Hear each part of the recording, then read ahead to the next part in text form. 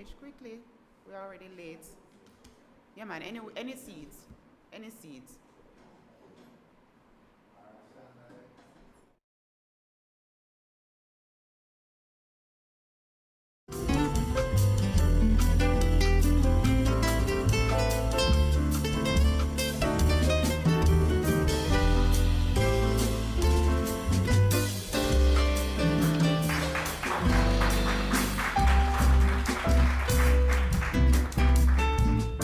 Good morning and welcome to day 2 of the preliminary round of the public sector debate competition. We're delighted to have your company for this milestone staging of the competition, including those of you joining us on social media. I am Tomika Gunmighty, Communications Specialist here at the Transformation Implementation Unit. Yesterday saw the beginning of intellect and wits as teams vie to advance in this competition. If you missed your favorite team, you can always catch up on the matches on YouTube at TIU_Jamaica and on Facebook at TIU Jamaica. Continuing the action today, we have with us the major organized crime agency, and they will be debating the Jamaica Customs Agency. They will be debating the Moot. Be it resolved that the Jamaican government should significantly expand the use of performance-based contracts in the public service. Be it resolved that the Jamaican government should significantly expand the use of performance-based contracts in the public service. To borrow somebody's words, let's see which guns MOCA or Customs will blaze the hardest.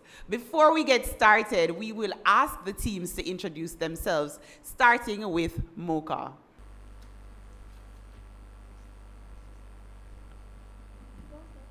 Good morning, everyone. My name is Toki Fagan. I'm the captain of this wonderful unit of MOCA, and we're ready to debate. Good morning, everyone. My name is Shantae Burke. Thank you. Good morning, everyone. My name is Sunil Sutherland. Thank you. Thank you so much to Team MOCA. Now we turn our attention to the Jamaica Customs Agency as they introduce themselves. Good morning, ladies and gentlemen. I'm Tawana Shea Moore. Good morning, everyone. I am Anjali Babura. Thank you. Good morning, everyone. Matthew Smith Barrett. Thank you so much to the members of the Jamaica Customs Agency. Now we turn our attention to our partners, the Jamaica Association for Debating and Empowerment. They will be the adjudicators for this morning's match, and we ask them to introduce themselves. Good morning, everyone. My name is Ravon Thomas Matthews, and I'll be a chair judge for this match. Good morning, everyone. Kaliseti Vassal, honored to be a wing adjudicator for this match. Good morning, everyone. My name is Lacardica Nelson, serving as a wing. All the best to both teams. Thank you so much to our adjudicators. Ladies and gentlemen, the teams are familiar with the rules. I now turn it over to the judges. All the best to both teams.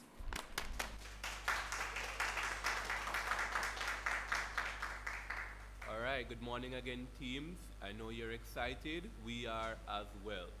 So, of course, the debate is going to be governed by the Jade parliamentary format.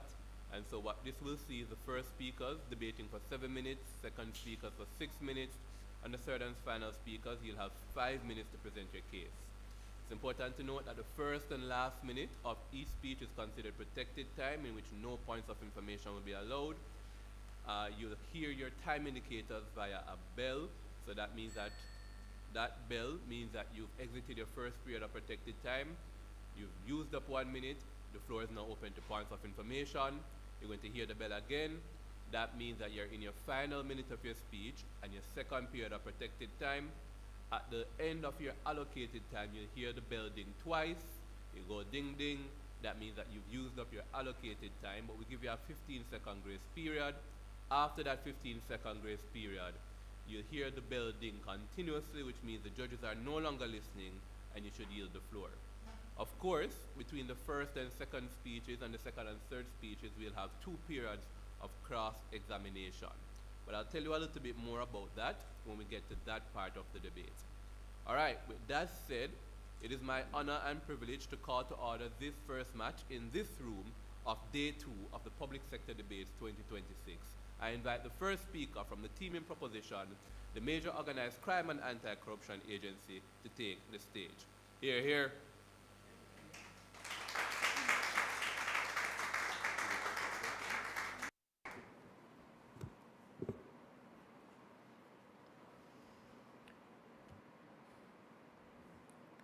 Honorable Chair, members of the adjudication panel, my worthy opponents, ladies and gentlemen, pleasant morning to you all.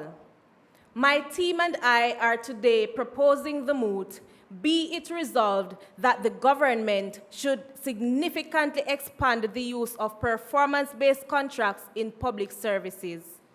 We anchor our arguments in a guiding principle of modern governance.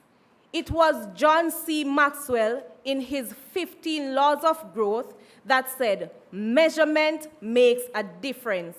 It enables you to set goals, evaluate progress, judge results, and diagnose problems. If you want to stimulate growth and progress and evaluate the results, build measurements into your systems. This principle is no longer theoretical in Jamaica.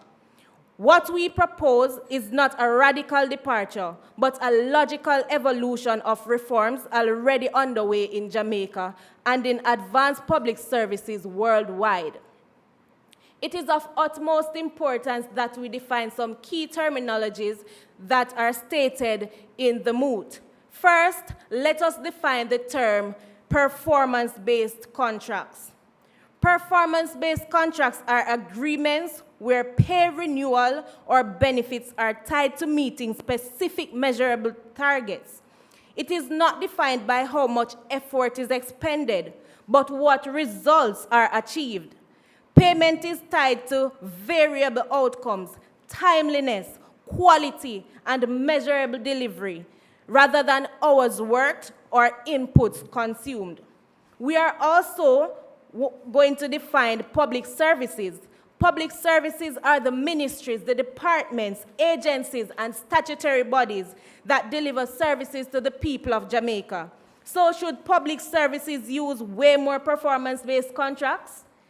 This debate is whether Jamaica will continue to pay people to exist in positions or pay them to produce results. So, Mr. Speaker, esteemed colleagues, let us be blunt, because this uncomfortable truth is, across parts of Jamaica's public services, there are individuals who remain year to year, drawing salaries, meeting minimum requirements, producing little and facing no real consequences. And everyone in this room knows it to be true. It is about to stop incentivizing presence, start incentivizing for performance. A performance-based contract says, deliver the results. You get pay in full if you deliver, but if you don't deliver, then you won't get pay in full. So it's not about attending meetings, not submitting paperwork, not trying to do your best. All we ask is for you to deliver. Modern governance is moving decisively towards outcome-based financing, where public funds are dispersed only when real results are delivered.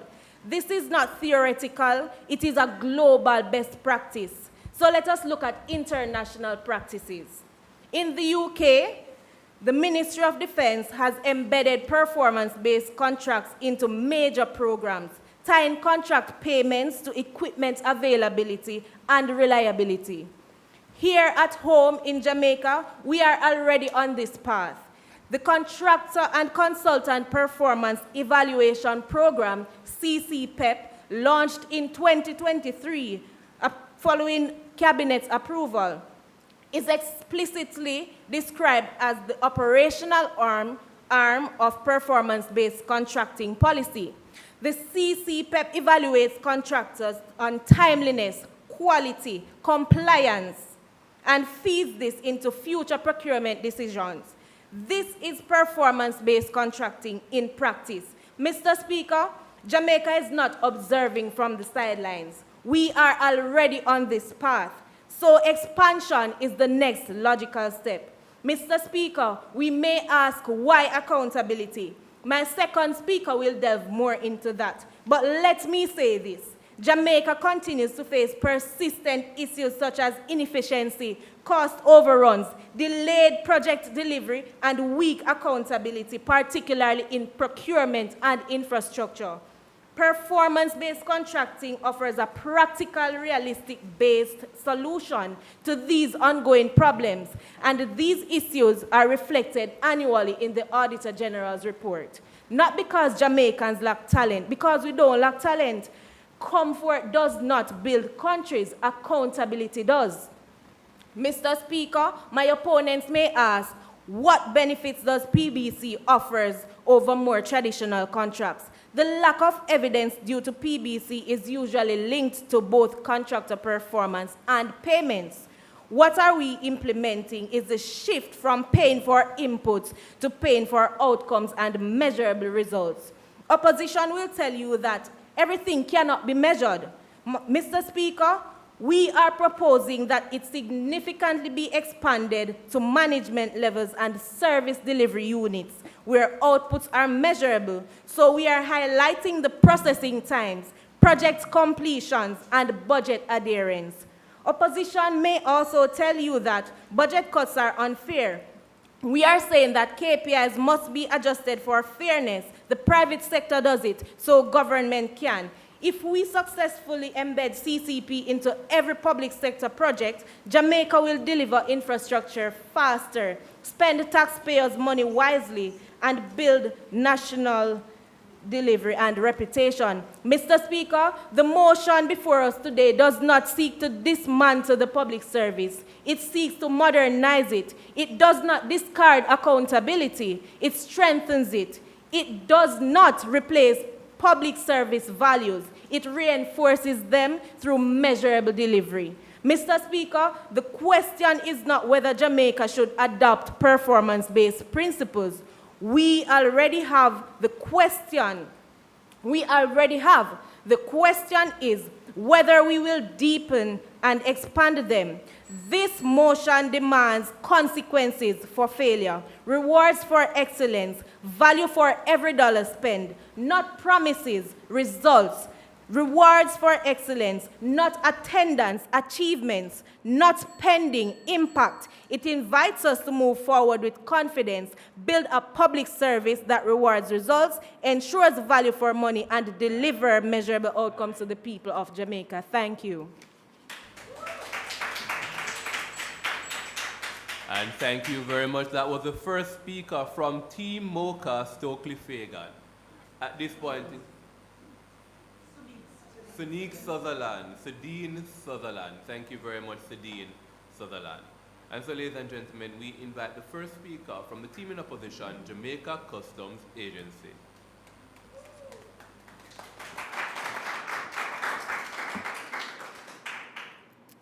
Madam Moderator, Mr. Chief Judge, distinguished adjudicators, my colleagues from the proposition, ladies and gentlemen, good morning. The opposition accepts the definition put forward today. We agree that the government is pursuing efficiency and accountability through measurable targets. But accepting this definition does not mean accepting the delusion. Our opponents ask us to believe that the public service can be reduced to numbers, that performance can be captured neatly on a spreadsheet. Judges, we outrightly reject this notion. Jamaica is not a factory. Our public servants are not machinery or equipment. So significantly expanding performance-based contracts will not purchase efficiency. It will introduce instability, encourage risk aversion, and of course, it will erode public trust. What looks tidy in theory becomes dangerous in practice, especially within the context of human reality to the Jamaican public service. As a practitioner at the border, we understand exactly what is meant by performance. And precisely because we understand this, we recognize the risk. We will show that this obsession with metrics is a poor substitute for meaningful public service reform. And to do this, our case will be structured as follows. As the first speaker, I will address the philosophical and practical failures of this notion, as the public service is inherently qualitative and rigid metrics create a measurement trap that undermines integrity. Our second speaker will examine the institutional and cultural consequences, demonstrating how contracts weaken collaboration and impose administrative burdens, yet Jamaica is not yet to manage. And our third speaker will act as chief rebuttalist, but that will track the fallacies presented by our opponents throughout this match and conclude our case by reinforcing that accountability is built through culture and not contracts. So I noted that our first speaker from the opponent would have addressed a couple matters, one of which is the fiscal responsibility. I believe that it's a waste of taxpayers' money to be hiring excessive and expensive auditors to police work, when you can actually be paying for the work that is actually done. And we would have seen where persons are employed in the government service under contracts, and they have to be terminated before the tenure, and you have to pay for the remainder of that contract, as well as hire additional persons to do that work with similar remuneration package. So today, I stand before you to assert that while our aim is accountability, performance-based contracts is not the appropriate mechanism to achieve this goal.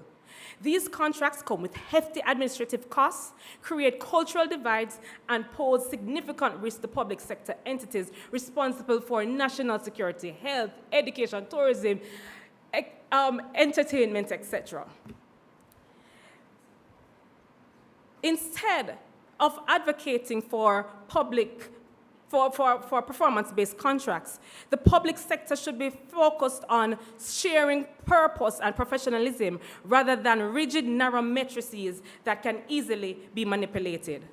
The public service represents a moral constitution obligation which is fundamentally different from a commercial transaction.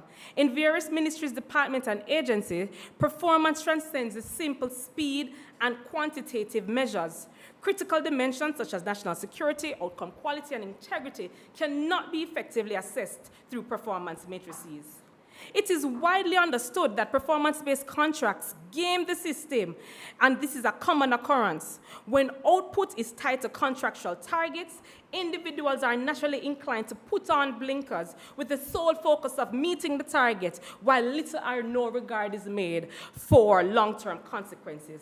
So plainly, when you tie performance management or pay to target, workers simply prioritize hitting the numbers over quality. Judges, our opponents this morning are trying to pass off risk as progress. Let us consider the customs officer. He's being evaluated on sheer speed of process. This incentivizes shortcuts and could compromise national security and promote revenue leakage. Also, let us look at a nurse whose evaluation hinges on the mere number of patients seen daily. This encourages rapid visits that undermines the quality of care necessary for patients' overall well-being.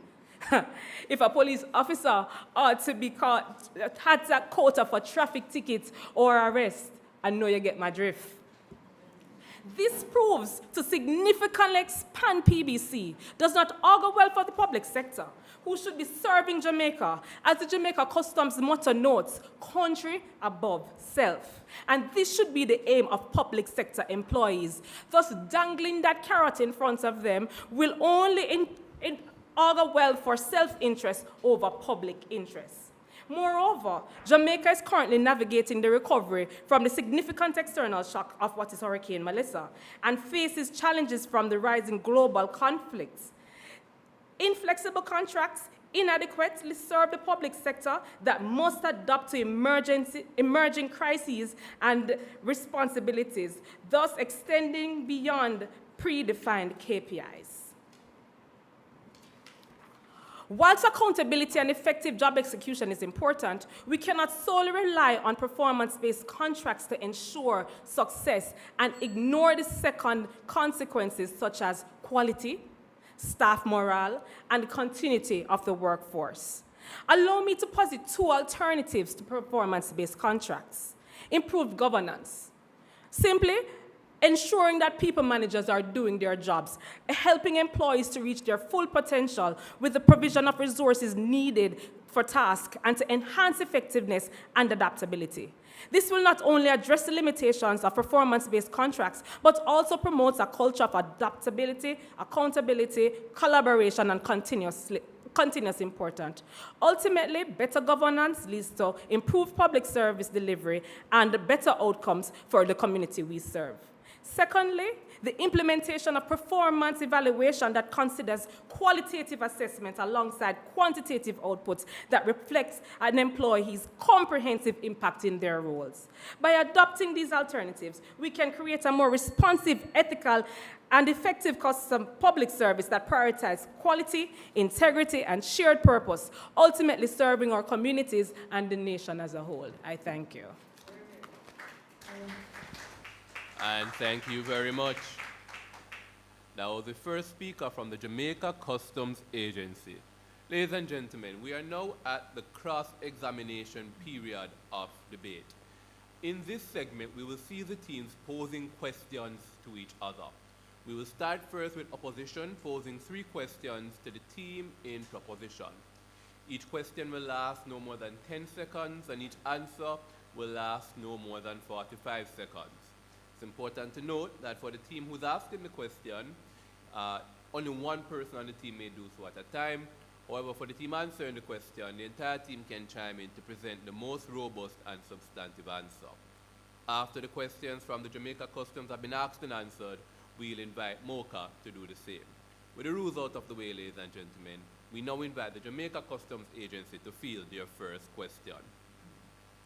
Ladies and gentlemen, our worthy opponents, the proposition team has argued that fiscal efficiency is important, yet research shows that fair performance monitoring requires a massive and costly infrastructure of auditors and data analysts. Can the proposition please provide a specific uncosted figure for the watcher's tax?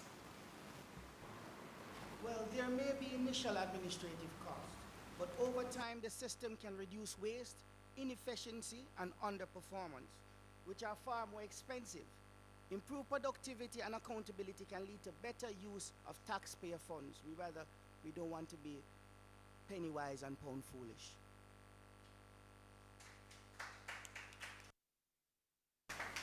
So we note the vagary in the explanation just provided in response to our question. So we are asking then, which specific line item in the 2026-2027 budget is the team proposition proposing to cut to facilitate this inflated cost that you have uncosted, but we estimate to be approximately 1% of the overall budget, which is about $500 million?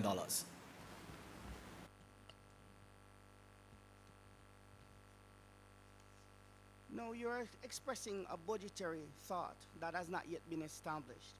Yes, there will be some costs, but you cannot predetermine what that is. What we have to do is ensure that whatever is being implemented is indeed smart, which means that public-based, performance-based contracts will ensure that there is specific, measurable, achievable, realistic, and of course time-based metrics and solutions that best suits right across each sector to improve upon the already inept accountability and service delivery that is not currently within the public service. We note that team proposition has not really answered or addressed the question, so we'll move on to our next and final question.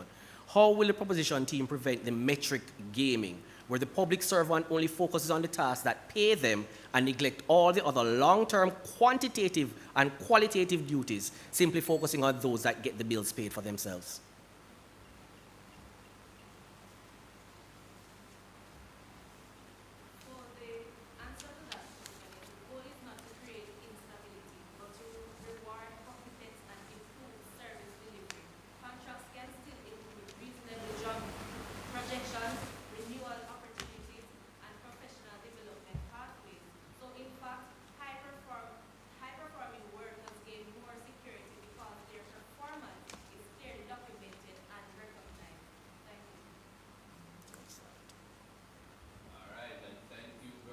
We now invite the team MOCA to pose their questions. Good morning, all. As a fellow taxpayer, do you believe we should continue to fund underperformance without measurable consequences? Certainly not. What team opposition stands for is accountability. So we reject the delusion that rigid contracts are what will give us or be the only way to achieve that. What we think is that we should link the pay, or if you link the pay to narrow metrics, you essentially eliminate, and don't eliminate, my apologies, the laziness that is found in public service. What you actually incentivize for persons to game the system by only focusing on those targets that get them paid, and thereby still robbing the taxpayer of the efficiency that the service is supposed to be providing them with, as well as the emotive and qualitative aspects that we expect to get from our public servants. What you are proposing is that when our nurses act, they should act without empathy and instead treat each client or customer as just something on a conveyor belt, getting them in and getting them out. In a system where exceptional and mediocre workers are equally compensated, do you not accept that hardworking public servants should be compensated for measured achievements?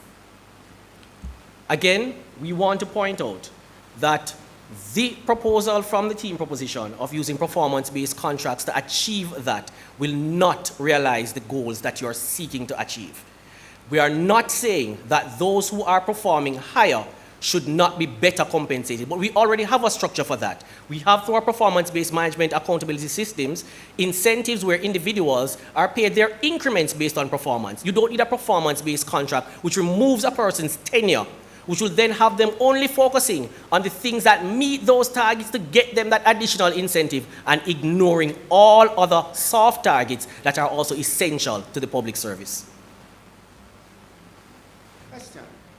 As you mentioned regarding performance, you, as an agency in customs, you yourself as a performance management system, do you not think it's selfish that such a performance-based system exists within your remit, that rewards persons across all levels and recognize them based on their performance? I'm happy that you raised the customs issue, because what we believe at the Jamaica Customs is that you can't put a performance bonus on a customs officer's integrity. You can't put a performance bonus on a nurse's compassion. You can't seem to use what we have instituted in the Jamaica Customs Agency across the entire public service, because what you have interpreted as us paying our employees to get out more is not the case. Our structure is very robust, and it means that we also have to pay attention to the national security imperatives and not just hitting numbers at the Jamaica Customs Agency. All right, thank you very much, both teams. Can we give them a round of applause, please, for that first period of cross-examination? At this point in time, I'd like to invite the second speaker from Team Mocha to extend the case for side proposition. Hear, hear.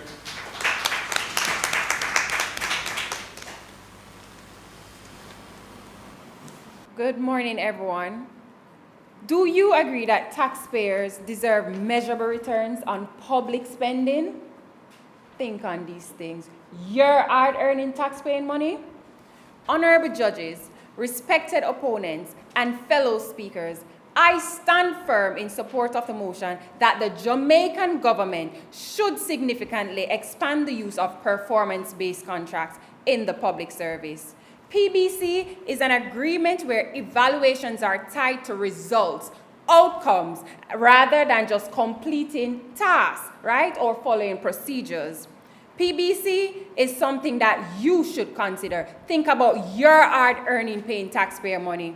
Instead of paying someone for simply doing the work, you pay them for the result, the outcome, how well they achieve their goals. Recent Auditor General Department reports in Jamaica repeatedly highlight serious problems with procurement contracts, especially around accountability, transparency, and value for money. Think about your hard-earning paying tax money. According to the Auditor General Report 2025, Ensuring Value for Money in the Public Health Procurement, UWI, they failed to provide approval of strategic plans for the period, even though there was US $186,600 paid to 2 consultants. You talk about the nurses, you talk about the health sector, think about your hard-paying taxpaying money. You see, there are other findings from this report that included non-compliance with the GoJet portal requirements, misuse of tax exempts, after-the-fact procurement activities. The report highlighted that UII could not provide procurement documents of 51 contracts worth over Jamaican $521 million. Your taxpaying money. Think about these things. Transparency, accountability, and value for money. My worthy opponents, think on these things. Even worse, the report warned there are weaknesses, the auditors reported, the risk of increased corruption, which undermines service delivery. My opponents, another finding from the Auditor General report was that contracts were awarded without proper oversight, where the ministry awarded about $870 million in contracts without evidence of procurement committee review across several audits ranging from education, municipal corporations, and rather, it was evident that public funds, your taxpayer money, was wasted, service delivery suffered, and public trust in government institutions seriously undermined.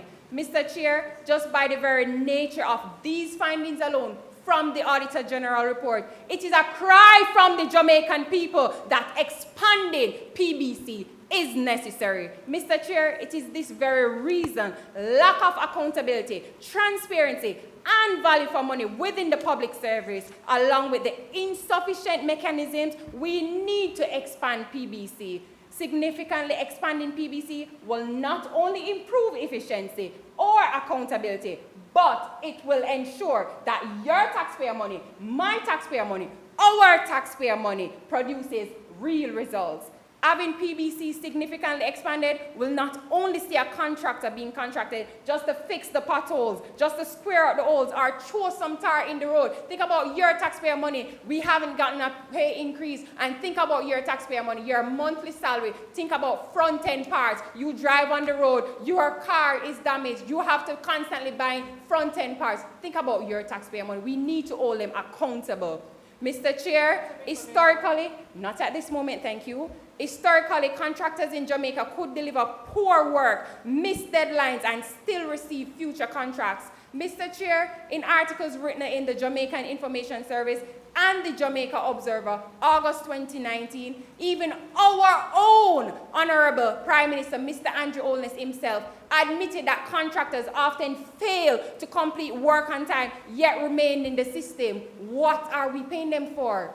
They remain in the system, highlighting clear accountability gap. For this very reason, we stand firm in support of the motion for the expansion of PBC, because it will let contractors know that poor delivery has consequences and excellence is what we will reward as a people. Mr. Chair, let us be realistic. Jamaica, like any other developing country, always wants to stretch every dollar. You go to the market, you start ball down the price. Before you even shop online, you could figure out a way to ball down the price. You would. You are thinking about your hard-earning taxpayer money, whether it is in the market for food or just simply buying clothes. We get a tradesman to do some work at your house, you ball down the man price.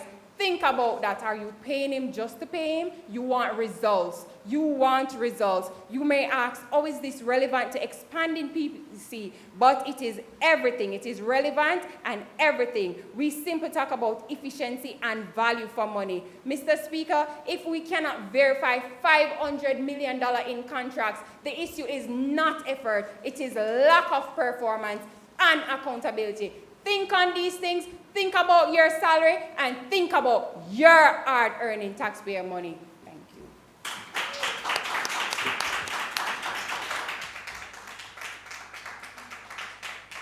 And thank you very much. That was Shantae Burke from Team Mocha. Ladies and gentlemen, we invite the second speaker from the Jamaica Customs Agency to extend the case for side opposition. Please make welcome Angeli Babaram.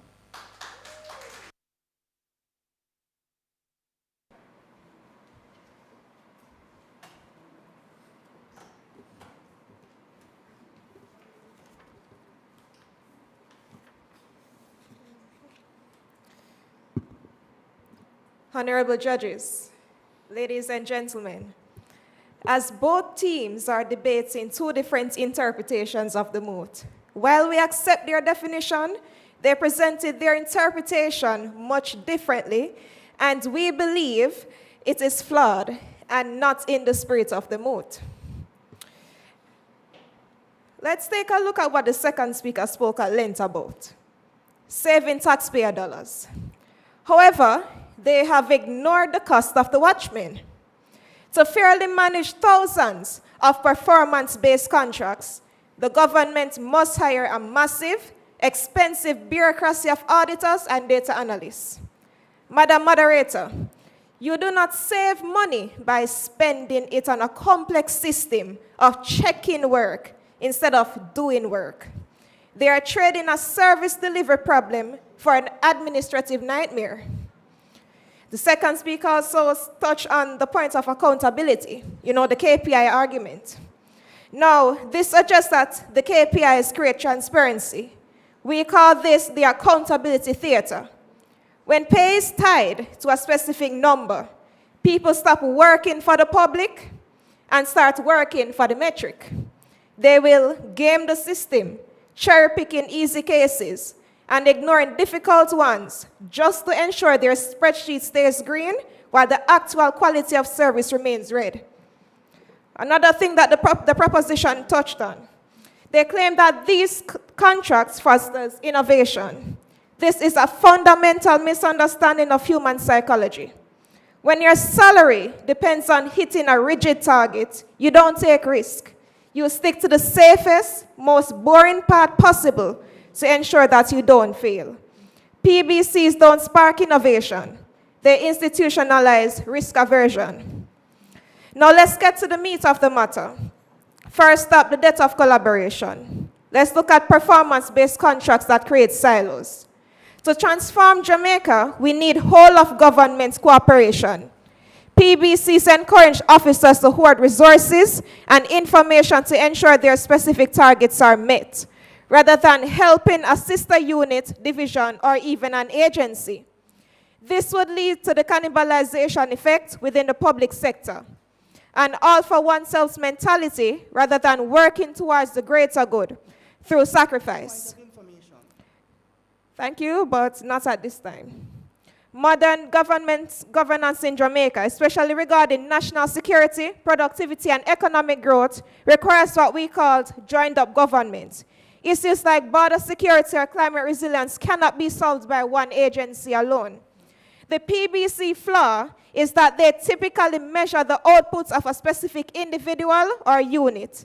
It does not reward an officer for spending 3 hours helping another department solve a problem if that time doesn't contribute to their specific KPI. Hence, why would they even do it, even if it's needed? Public servants will naturally protect their billable hours. If a worker's bonus depends on the number of seizures, patients processed, tickets issued, passports issued, or customers seen by their team, they are incentivized to withhold intelligence, withhold resources, not deal with other government agencies, not share resources to ensure their unit gets the win and the financial reward. Let's take a look at the administrative burden that this carries as well. The irony of PBCs is that the government would have to spend millions on an army of auditors and performance monitors. This money should be spent on training, technology, and the provision of the resources to get the current tenured employees to realize that their performance targets in service of the public for the development of Jamaica. Tell me, Mr. Taxpayer, do you see that we would be going back to more new taxes? Let's take a look at subjectivity and favoritism. In Jamaica, without 100% automated systems, PBCs risk becoming tools for political victimization or nepotism. This undermines the 2022 to 2026 compensation restructure's goal of creating a fair and transparent public service. We are coming from a time where employment in the public service once meant you change when government changes. No continuity, cronyism, lack of tenure, and lack of continuity of progressive ideas simply because of these same types of performance-based contracts, which were never truly performance-based, but merely hidden tools to get rid of persons, employees, hard-working civil servants, when you didn't like them or when they went against the system. If we can't continue to foster a culture of workers' rights, workers willing to stand up for the general public and consistently do right, then we must provide them with the security of tenure in their employment. They are not working for profit and incentive rewards. They are working for the greater benefit of the people of our beloved country, Jamaica. Ladies and gentlemen, honorable judges, I rest my case. And thank you very much. Ladies and gentlemen, we are at the second period of cross-examination. For this segment, we'll invite Team Proposition to pose their questions first.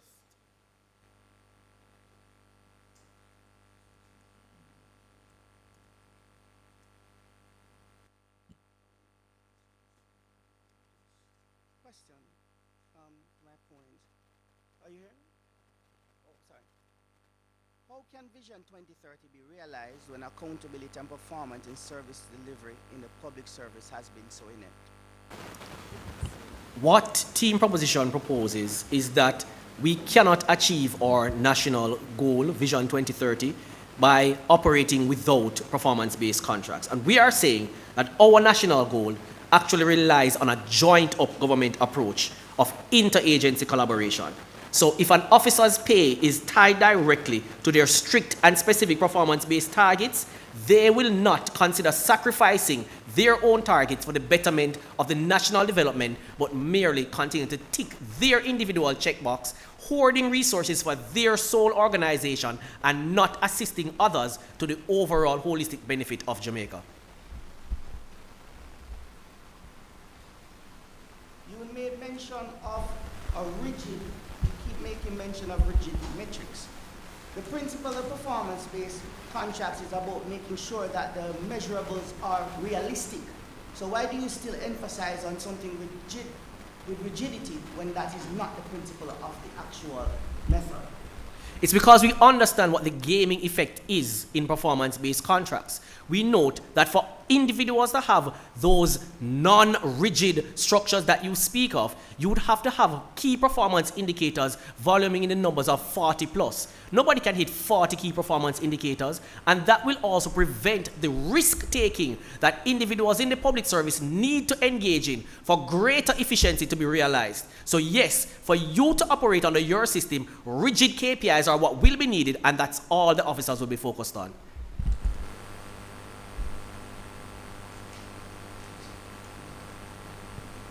If you are practicing something that we are here preaching about, why would you say public service isn't about profit or performance? We always want to ensure that the public service is never confused with the private sector. The private sector is for profit. The public service is for value to who has elected the individuals in the public service from democracy. The public is not seeking profit from operations. And if the public service was supposed to operate similar to our banks, if they wanted to see more profit and output, all they would have to do is raise taxes. So is Team Proposition speaking to more new taxes? All right, thank you very much. We now invite the questions from the Jamaica Customs Agency.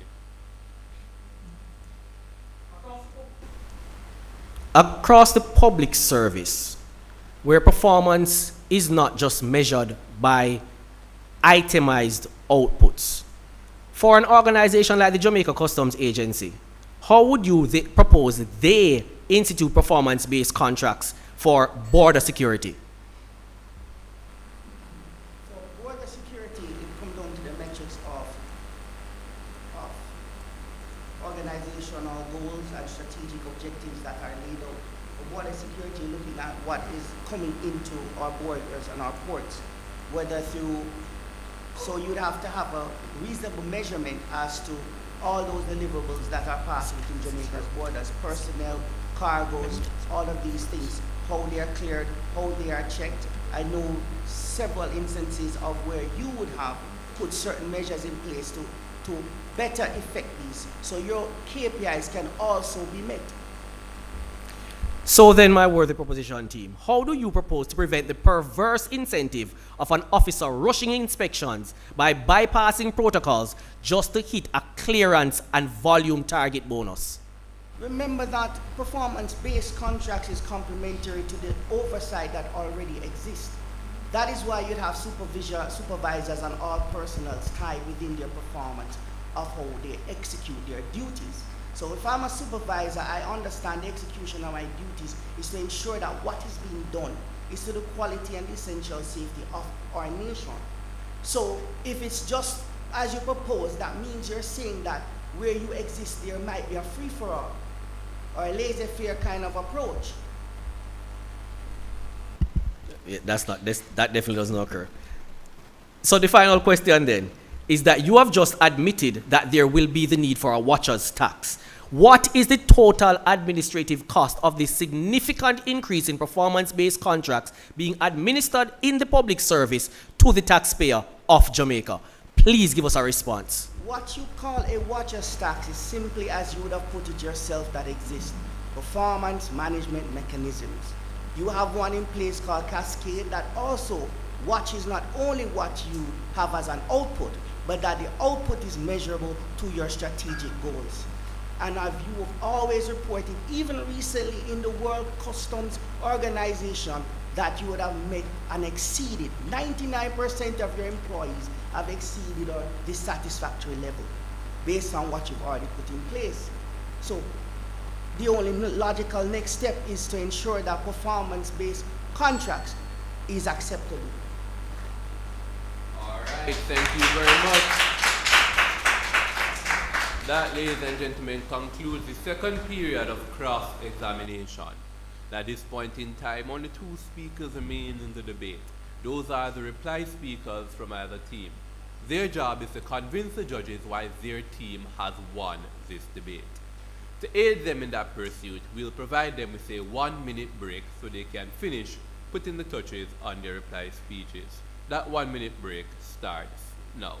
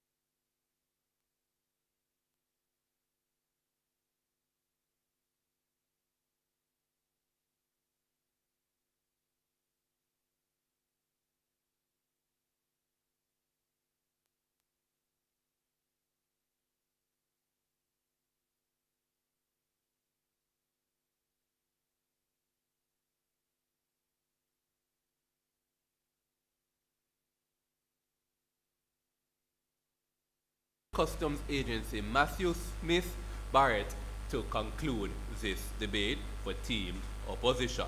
Hear, hear.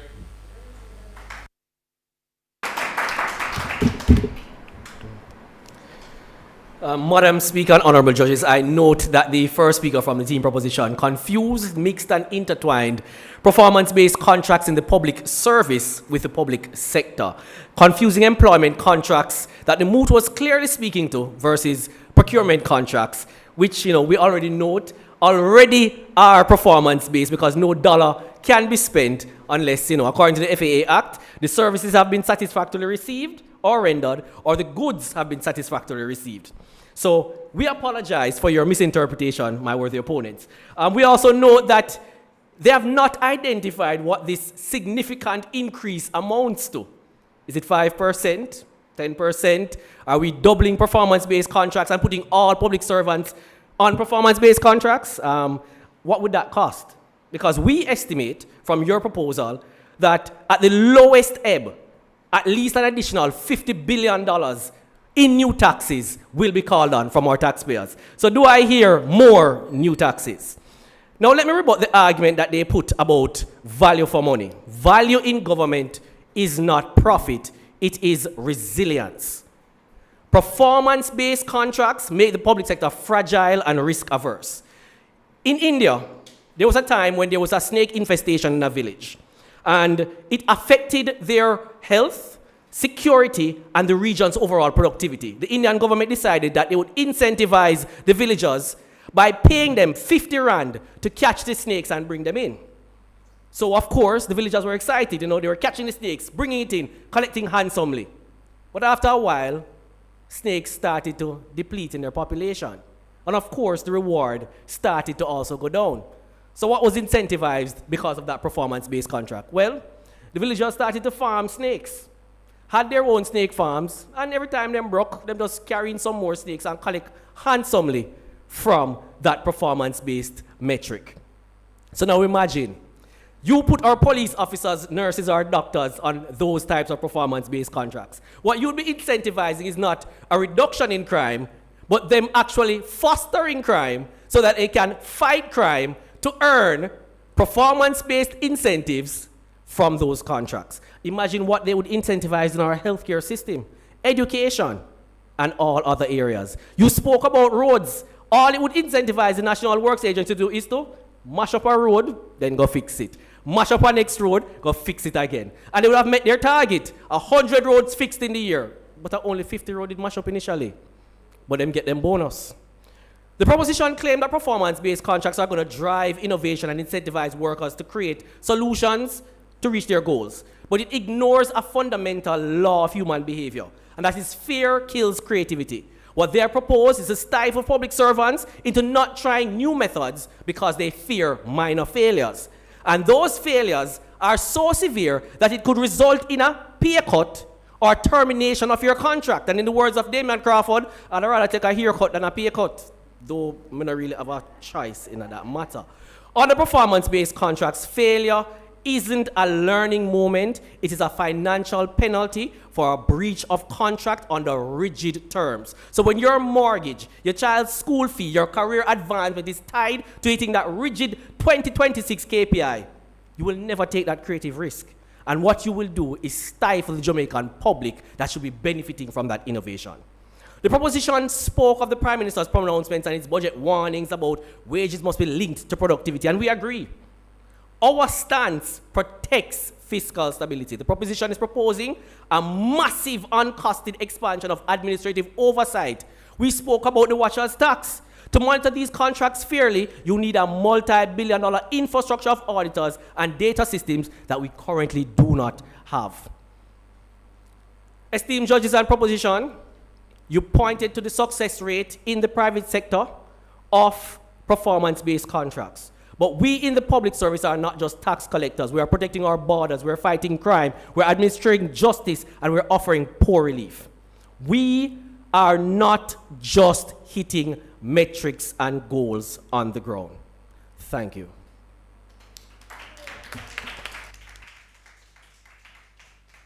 Thank you very much. And now to conclude this debate overall, we invite the third and final speaker, Stokey Fagan, from the Major Organized Crime and Anti-Corruption Agency. Hear, hear.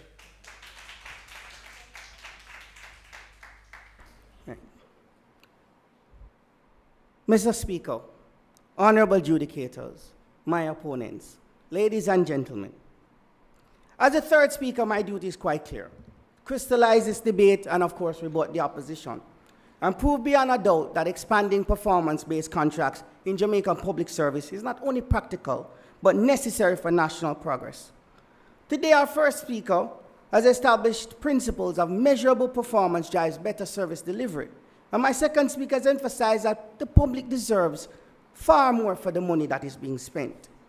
But I realize that my opposition is just doing a lot of fear-mongering and saying the fear of this, and everybody's going to dig up that and dig up this, as if to say, as a people, do we not hire professionals? Do we not hire with certain standards? Do we not have code of conducts? Is it that we just hire a lot of willy-nilly style? So we expect that after somebody fixes something, they're going to dig it up because of performance? No, that sounds ludicrous. We're talking about ensuring that the metrics that we do as undertaken is smart. And the simple question we're asking, should public officers be rewarded when they deliver results? It's as plain as that, and they should. Because right now, too often in the public service, salary progression depends primarily on tenure. That's a system that rewards presence. We propose a system that rewards performance. And as such, we continue to push for that. Now, the opposition has spoken about making sure that all of this money and this money that's gone and this budget that is, it sounds very imaginary. All we're asking is the existing persons that are your managers, your supervisors, are held to account and themselves be expanded on a performance basis to simply do their job. What is taken from that? Again, are we not hiring professionals? So this means that employees will ensure and know that their efforts matter.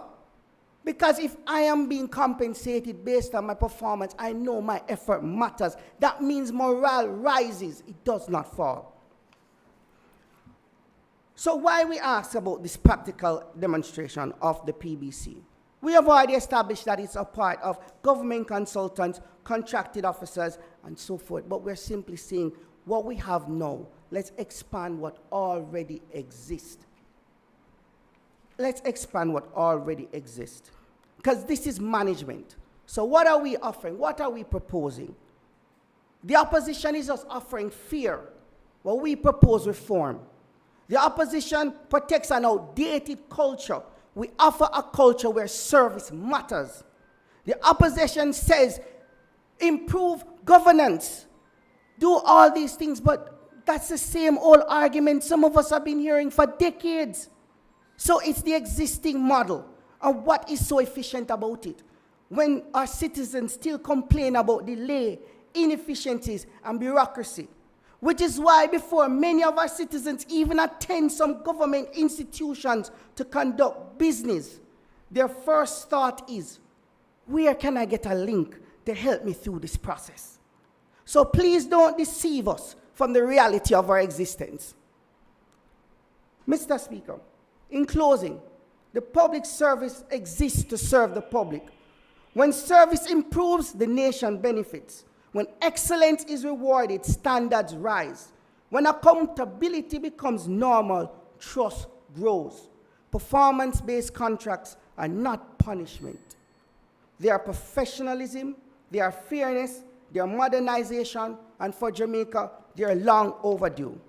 Because if we agree with what the opposition is recommending, the dream of a nation being the place to live, work, raise families, do business, will remain, as Robert Nesta Marley said, a fleeting illusion to be pursued, but never attained. For those reasons, I beg you to support the motion. Thank you.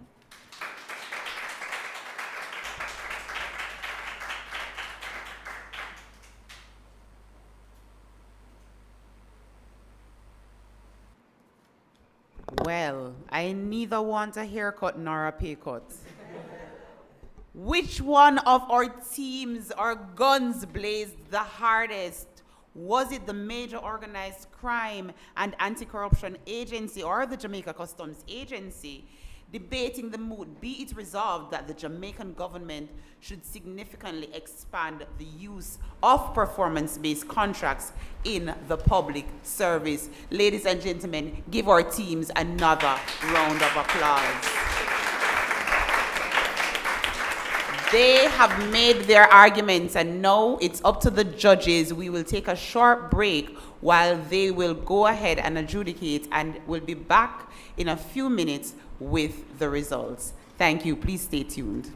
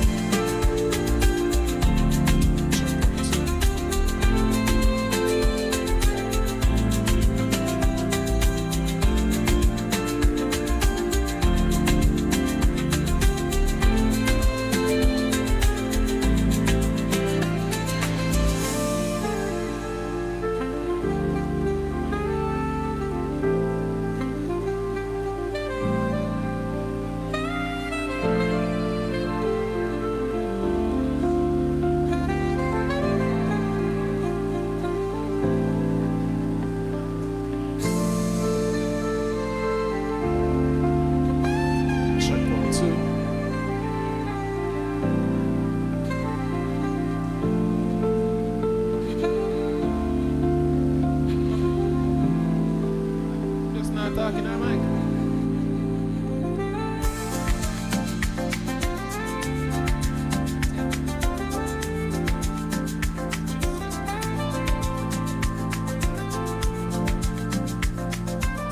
Check 1, 2.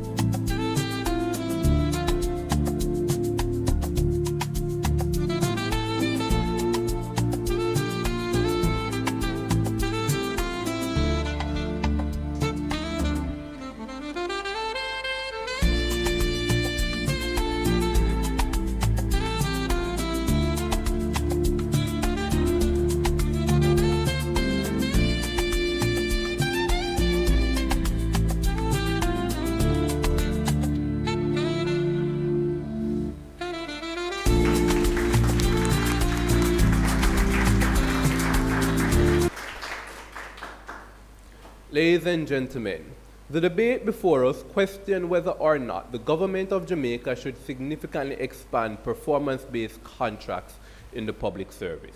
So what did we hear from this debate? Well, we understood, coming out particularly from First Speaker Sudeen Sutherland, that we have a big problem. The problem is that currently what's happening is that there are certain people who exist within our public service who are not performing to the extent and capacity that others are, and they're receiving the same pay.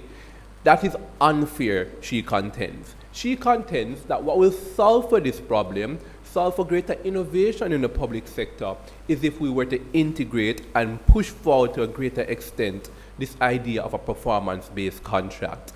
Now, she also did some good work in preemptive two key ideas that did indeed come out from the team in opposition. One, this idea that KPIs cannot measure everything. She preempted that argument. And two, that KPIs are somehow unfair. And she preempted that argument as well. We think that was really good strategy coming out from the first speaker. However, we wanted to understand to a far greater extent a policy coming out of this debate. We wanted to know how it is that you're going to significantly increase these performance-based contracts. As was asked by our third opposition, what percentage, how are you going to roll it out? We wanted to understand as well, coming out from first speaker, how are these KPIs that you contend are going to be fair? How are these KPIs that you also contend will be measurable are actually going to be mechanized? We got it too late down in the debate from you in the cross-examination where we heard this acronym, SMART. Now, several of us exist within the public sector, so we know what the SMART acronym is. But then the question is, does a reasonably well-read, intelligent voter know what SMART is? I'm not convinced, and so you need a lot of work to show to me how your KPIs are SMART, yes, specific, measurable, attainable, and the R and the T, I forget them right now, right? But it is a well-known and popular acronym for measuring KPIs and intending that they're fair in the corporate world, in the public sector. That's like a first speaker burden, right? We didn't get that. Because we didn't get that, it allowed opposition some fiat to tell you that your policy is going to cost $20 billion, right? Now, again, that seems like a bit of a stretch, right? But opposition, in lieu of some sort of policy from you, there's nothing for the judges to compare it to say maybe it won't cost this much. Now we're talking about opposition. Let's get into it. Opposition explains to us that KPIs are really good at measuring quantitative metrics, not so much qualitative metrics. They contend that when we focus on these quantitative metrics, what's going to happen is that individuals are not going to care about the qualitative ones. For example, a nurse, they contend, is going to simply want to push through as many patients as she can without understanding and taking the time to provide a qualitative care that they contend cannot be measured, and that's a bad outcome. Again, we know that there are KPIs that measure qualitative outcomes. Questions like, are you satisfied with your service? Is a very common KPI, is a very common question that leads to KPIs. But that kind of thing measures a qualitative analysis. We know that, the average intelligent voter knows that, but again, in lieu of that mechanization coming out from prop, even if we know that we have to credit it to some extent as this is going to be something that we can posit, even though like implicitly, we know that not necessarily the case. And so the argument stands in the debate, and so we buy it. Other interesting ideas that came out as to why it is that we shouldn't do this. Mocha contends that there's a lot of problems that need to be solved in society, right? A lack of transparency, lack of accountability, misappropriation of funds, and they claim that performance-based contracts are going to solve this. We don't know how, but what we get from team opposition is what performance-based contracts will do. Greater mechanization. They explain to us that it is actually going to lead to a fear-based outcome where innovation is actually decentivized, because when your failure or mistake is now tied to your salary, you're going to be less incentivized to actually innovate, to take risks. That's going to lead to bad outcomes. They understand that to a great extent coming out of the team from the Jamaica Customs. We also understand that there's going to be less interdepartment cooperation and other metrics coming out as a result of this KPI. So while both teams concede that the actions that are existing in the public sector need to be solved, the debate centers not around whether there's a problem to be solved, how do we solve the problem, and are performance-based contracts the method to solving that problem. And so, ladies and gentlemen, at the end of the debate, via unanimous decision, we would have decided that one team scores 272 points to the other team's 281 points. The team that wins this match and will secure 3 points is the team in opposition, the Jamaica Customs Agency.